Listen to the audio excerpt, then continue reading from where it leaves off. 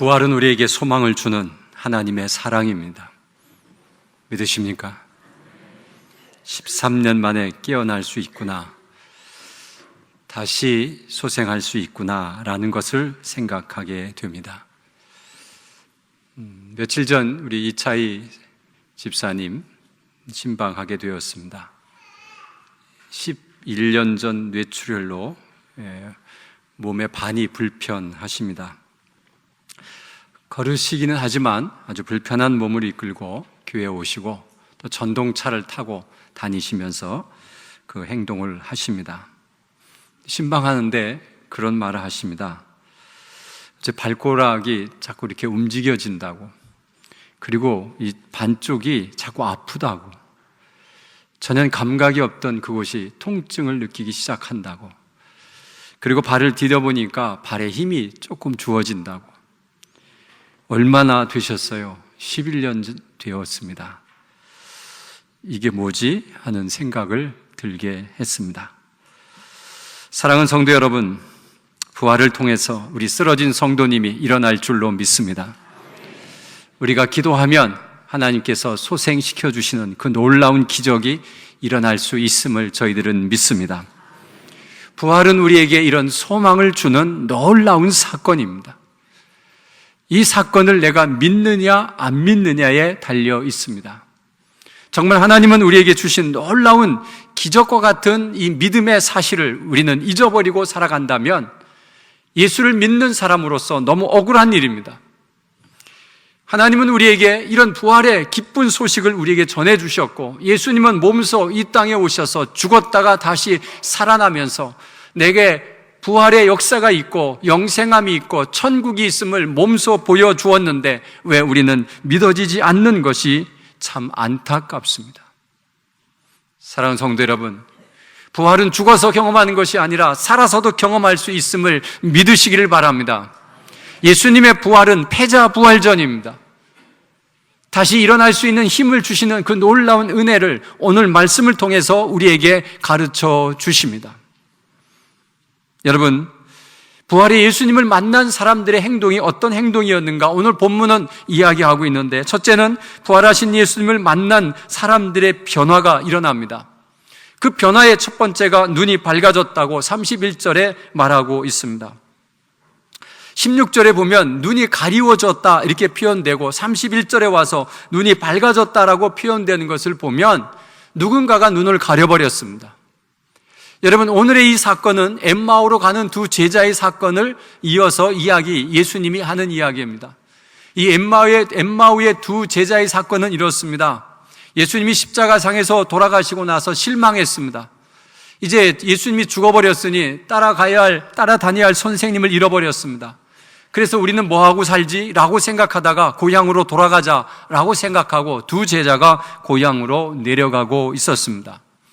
한참 내려가는데 어느 한 사람이 따라오면서 자기들과 같이 이야기를 나누면서 한 사람이 더 그곳에 따라 붙었습니다. 무슨 이야기를 서로 주고받고 이야기하면서 지금 일어나는 사건이 아십니까? 라고 물었을 때, 아니, 지금 예루살렘에서 기가 막힌 일이 일어난 걸 모르십니까? 예수라는 분이 십자가에 달려서 죽었는데 그는 하나님의 아들이라고도 하고 또 기적을 행했던 놀라운 사람입니다. 그런데 그가 십자가에서 죽었습니다. 그래서 우리 선생님으로 따르던 그분을 우리는 실망하고 지금 내려가고 있습니다. 그런데 그분이 부활했다는 소식도 들리는데 잘 모르겠습니다 하면서 그들은 그 한 사람에게 이야기를 하며 내려갈 때에 그 한 사람이 그 모든 사건을 잘 설명해 주면서 예수 그리스도가 이 땅에 와야 하는 이유들 설명하며 구약의 이야기를 들어가며 설명할 때에 그들이 굉장한 감동을 받습니다. 이제 날이 어두워져서 하루 유숙하고 가려고 하는데 예수님은 그냥 가려고 합니다. 그분이 예수님이었습니다. 두 분이 가는데 한 분이 따라붙은 분이 알고 봤더니 예수님이었습니다. 근데 몰라보고 있었습니다. 그래서 자고 갈 때 그분을 자꾸 붙들었습니다. 그 예수님을 붙들고 우리가 여기서 하루 자고 가자고 사정함으로 예수님이 들어옵니다. 그래서 들어와서 오늘 30절에 잡수실 떡을 가지사 축사하시고 떼어 그들에게 주시니라고 30절에 되어 있습니다. 그 여관에 와서 떡을 떼어서 그들에게 축사하시는 것은 마치 성찬식을 하는 것처럼 이것은 내 살이다, 이것은 내 피다 하면서 그들에게 먹였는데 그들의 눈이 밝아져 버리고 말았습니다. 눈이 밝아져서 생각하니까 아니 우리하고 같이 내려와 이야기하던 분이 누구였지? 아, 그분이 예수님인 것 같은데 하고서 예수님을 찾으니 예수님이 없어져 버렸습니다. 이 사람들은 깜짝 놀랐습니다. 아니 금방 여기 있던 분이 어디로 가버리셨지? 그들의 눈이 밝아지면서 예수를 보려고 했지만 예수님은 그곳에 없었습니다. 그들은 일어나서 다시 예루살렘을 향해 돌아갑니다. 여러분, 주님을 만나면 우리의 영안이 열릴 줄로 믿습니다. 선과 악을 구별할 수 있는 능력이 우리에게 나타날 줄로 믿습니다. 그래서 예수 그리스도를 만남으로 우리가 밝아지는 역사를 경험하시면 여러분은 예수 믿는 것이 신나고 재미있습니다. 그래서 우리의 영안이 밝아지도록 하기 위해서 예수님을 체험하고 만나야 된다는 사실입니다. 이 제자들에게 예수님이, 부활하신 예수님이 찾아오셔서 설명도 했지만 그들의 눈을 밝혀 보여주셔서 아, 예수님을 내가 보았노라 하면서 예수님을 찾아서 다시 예루살렘으로 돌아가는 결단을 하게 됩니다. 자, 두 번째는 뭐냐 하면 우리 속에 마음이 뜨거워지지 아니하였느냐라고 32절에 말씀하고 있습니다. 여러분, 예수님께서 성경을 잘 풀어주시니까 마음에 감동이 옵니다. 여러분, 성경은 하나님의 감동으로 쓰여진 책입니다. 그래서 말씀을 읽으면 우리의 마음속에 감동이 오게 되어 있습니다. 눈물로 쓴 연애 편지는 읽는 사람이 눈물을 흘리게 되어 있습니다. 왜냐하면 그가 감동으로 썼기 때문에 그렇습니다. 여러분, 이 성경책은 우리가 듣고 읽고 하면서 마음에 감동을 얻는 것이 성경책입니다. 그래서 여러분 읽을 때마다 마음에 감동이 와야 됩니다. 감동이 오지 아니하면 계속해서 반복해서 읽어보시면 마음에 감동이 오게 되어 있습니다. 그리고 깨달아집니다. 그 깨달음을 가졌을 때 얼마나 마음이 떨리고 또 흥분이 되는지 모릅니다. 제가 오래전에 성경 통독 집회를 갔습니다. 3박 4일 동안 계속 성경만 읽습니다. 처음 가서 앉아서 성경을 읽는데 얼마나 지루하고 힘이 든지요. 창세기는 그래도 재미있게 잘 넘어갔는데 레위기서부터 얼마나 재미없고, 그리고 이스라엘의 역사를 읽는데 너무너무 재미없고, 그래서 그것 때문에 힘들어하고 졸기도 하고 다시 정신 차려 다시 읽기도 하고 하면서 따라가는데, 놀라운 사실은 신약 성경 예수님의 사복음서를 지나 사도행전을 지나서 그런 서신서로 가면서 여러분 눈물로 성경을 읽었습니다. 그 이유는 지금까지 읽어오는 그 성경 말씀이 얼마나 하나님이 나를 사랑하신다는 그 사랑의 고백이 갈수록 자꾸 느껴지는 거예요. 그러면서 성경을 읽으면서 하나님이 나를 이렇게 사랑하시다니 하는 그런 감격이 오니까 눈물로 읽게 되어 있었습니다. 거기에 참여했던 사람들이 그 시점에서 많은 눈물을 흘리면서 같이 읽으면서 아, 하나님의 책이 이렇게 감동적인 글이구나 라는 것을 그때서야 깨닫게 되었습니다. 여러분, 성경을 읽으면 졸리십니까? 수면제로 알고 성경을 읽으시는 분도 있겠지만 여러분, 성경은 하나님의 감동으로 쓰여진 책이기 때문에 감동받을 수 있습니다. 여러분, 감동받을 때까지 읽으시기 바랍니다. 또 읽고 또 읽으면 하나님의 사랑이 느껴집니다. 그런 감동을 받을 때 아, 성경이 얼마나 소중한 책인가를, 그리고 흉악한 죄인들이 이걸 읽고 변화되는 이유가 여기에 있구나라는 것을 깨닫게 되는 역사가 일어난다는 사실을 오늘 이 엠마오의 두 제자가 체험한 것입니다. 예수님과 함께 길을 내려오면서 예수님인지도 모르면서 그 말씀을 들을 때 왜 마음이 뜨거워지지? 왜 이 말씀이 이렇게 감동이 되지? 하는 것을 느꼈다는 사실입니다. 자, 세 번째는 가던 길을 멈추고 돌아갔습니다. 사랑하는 성도 여러분, 부활의 주님을 만나면 자신들의 가던 길을 가지 않고 다시 돌이켜서 예루살렘으로 올라간 이 두 제자처럼 우리가 가야 할 길이 있고 해야 할 일이 있는 것을 깨닫게 되는 것입니다. 여러분, 우리는 가던 길을 멈추고 다시 방향을 터난 것을 회개라고 합니다. 회개라고 하는 것은, 진정한 회개는 아, 이 길이 잘못되었네, 그리고 깨닫고 다시 돌이켜서 다른 길을 택하든지 아니면 되돌아가는 것이 회개라고 하는 사실입니다. 근데 많은 사람들이 회개했다 하면서 가던 길을 계속 가고 있습니다. 그것은 진정한 회개가 아닙니다. 가던 길을 멈추고 잘못된 길을 턴하게 되는 것이, 이것이 회개라고 하는 사실을 잊지 마시고 여러분이 가던 길을 멈추시고 주님을 향해 돌아서시기를 간절히 바랍니다. 주님은 우리에게 사명을 주시려고 오라 하십니다. 세상에 죄악된 세상의 가치관으로 내가 살고 있던 습관과 잘못된 전통에서 돌이켜서 하나님을 향해 가시기를 바랍니다. 제사를 드려야 되는 분이 제사를 포기하고 드리지 않습니다. 맞아, 죽어도 내가 제사를 드리지 않겠다라고 말하고 그런 사람들이 많이 있습니다. 여러분, 우리가 주님의 길이 아닌 세상의 길로 가다면 여러분, 우리는 그 길을 돌이켜서 주님을 향한 길로 돌아서야 되는데, 노름하던 사람들이 노름의 모든 것을 끊어야 하고 바른 길로 돌아서야 됩니다. 투기성 주식을 하는 자들은 하지 말아야 됩니다. 경마, 술, 담배, 게임, 잘못된 습관으로 전철되어 있는 우리의 삶이 있다면 여러분 중단하시고 돌아서서 다시는 그 길로 가지 말아야 되는데, 교회를 다니면서 하나님을 믿으면서도 계속해서 그 길을 가는 이유는 무엇입니까? 회개를 한 것입니까? 안 한 것입니까? 여러분, 우리는 돌이킬 수 있는 힘을 주십니다. 나의 삶의 패턴에서 돌이키는 것이 쉬운 일은 아닙니다. 상당히 어렵습니다. 그러나 우리가 주님을 만나면 돌이킬 수 있는 힘을 주시는 하나님이시기 때문에 우리가 진정으로 주님을 만나면, 부활하신 주님을 만나면 돌이킬 수 있는 힘을 주시는 성령님께 기도하면 우리는 힘껏 돌이켜 돌아갈 수 있을 줄로 믿습니다. 탕자가 아버지 품으로 돌아와야 됩니다. 그 아버지는 아들을 찾으러 나가지 않으셨습니다. 집에서 기다리셨습니다. 그런데 탕자가 돌아왔습니다.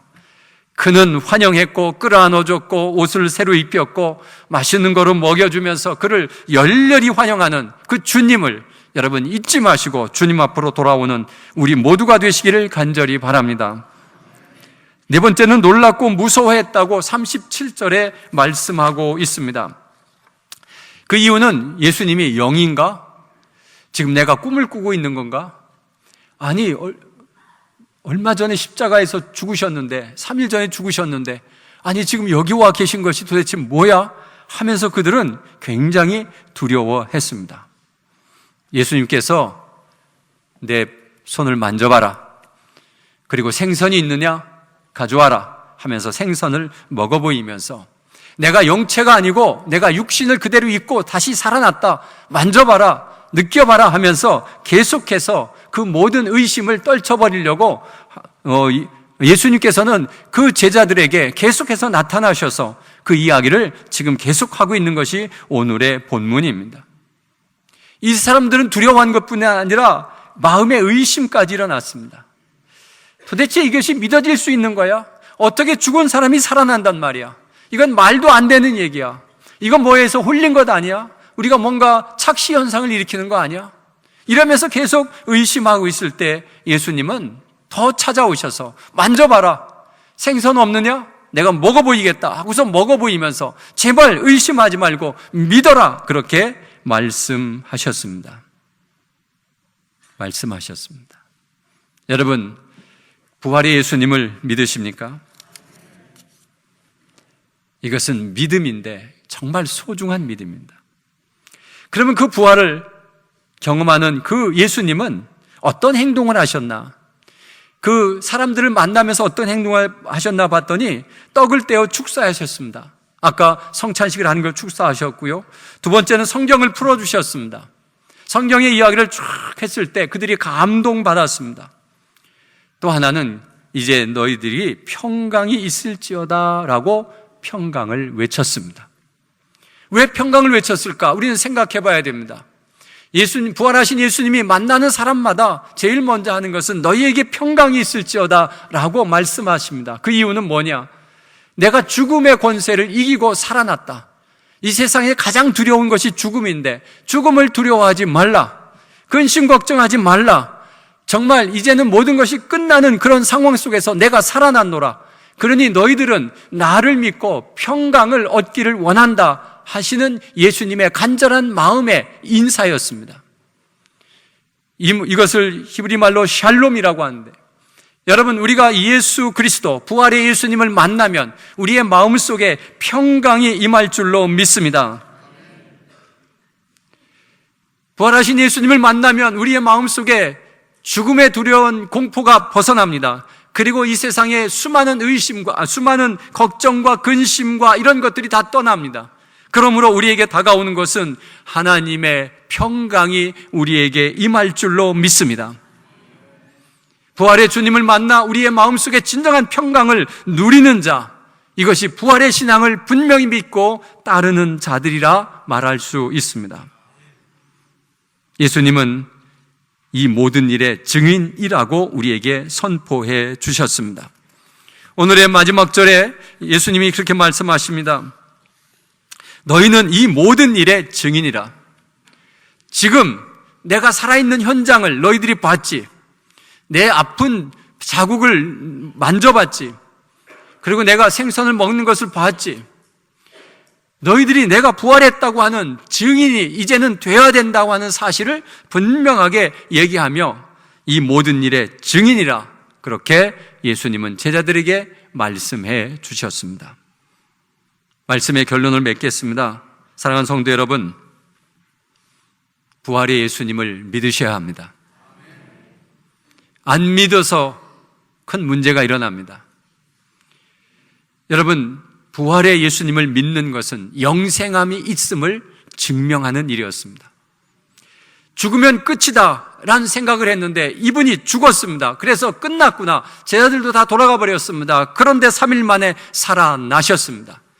그래서 죽음이 끝이 아니하고 영생이 있음을 너희들에게 내가 몸으로 증거로 보여주니 제발 믿어라 라고 하시면서 예수님은 우리에게 믿음을 심어주려고 부활의 형체를 가지고 나오셔서 수많은 사람들에게, 500여 명 사람들에게 다 증거로 남겨주셨고 내가 이 모든 일의 증인이다라고 분명히 가르쳐 주셔서 오늘 이 부활의 소식이 우리에게까지 전달되는 것은 이 믿음의 사람들이 전했던 증거이기 때문에 그렇습니다.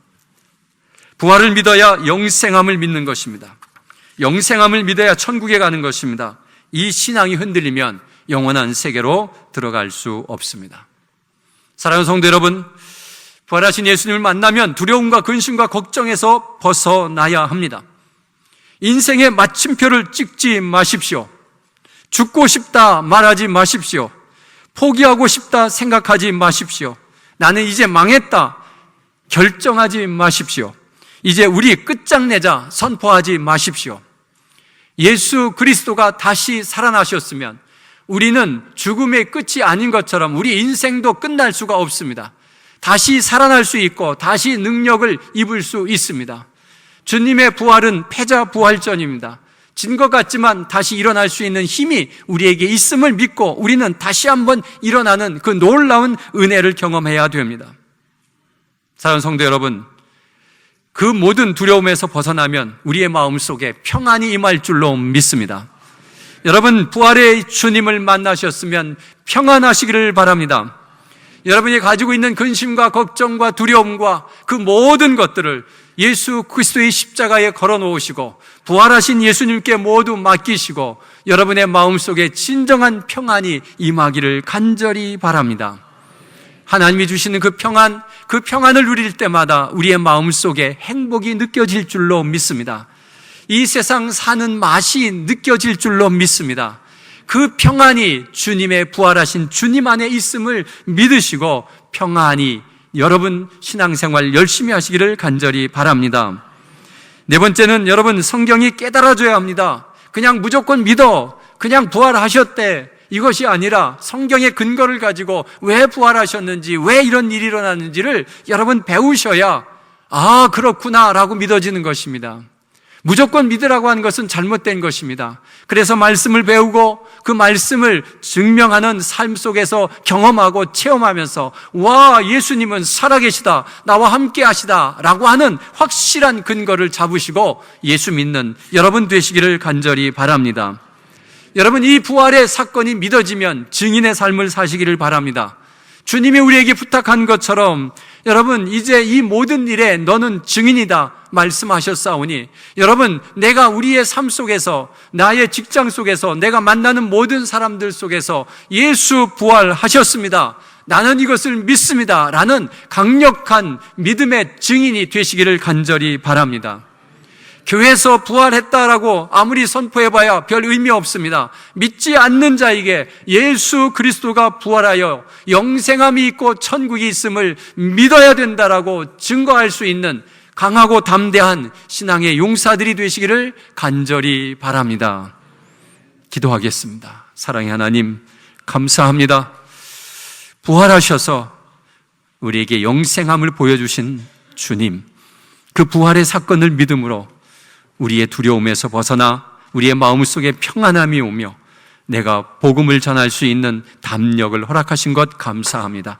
이제 증인의 삶을 살아보도록 노력하겠습니다. 아버지 하나님, 힘주시고 능력 주셔서 살아계신 주님을 온 세상에 전파할 수 있는 증인의 삶을 살게 도와 주옵소서. 감사드리오며 예수님의 이름으로 기도하옵나이다. 아멘.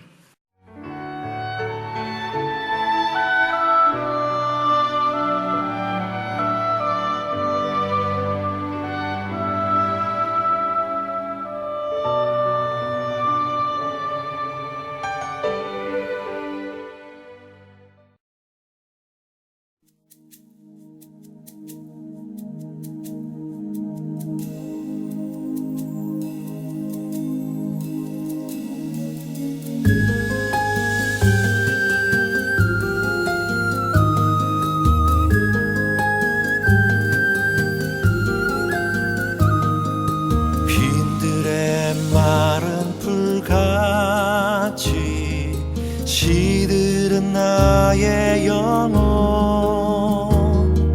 주님의 허락한 성령 간절히 기다리네. 가물어 메마른 땅에 단비를 내리시듯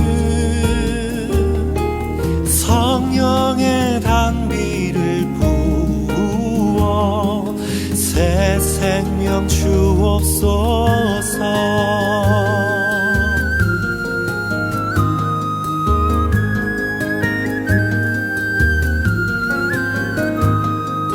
반가운 빗소리 들려 산천이 춤을 추네. 봄비로 내리는 성령 내게도 주옵소서.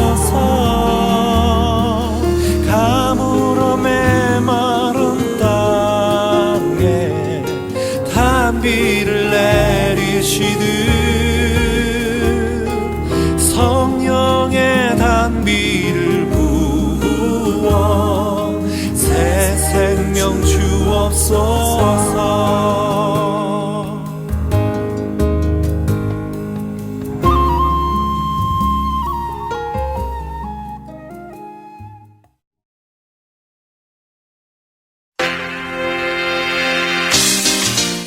제7회 CBS 전국 청소년 실용음악 콩쿠르가 5월 18일 충청대학교에서 열립니다.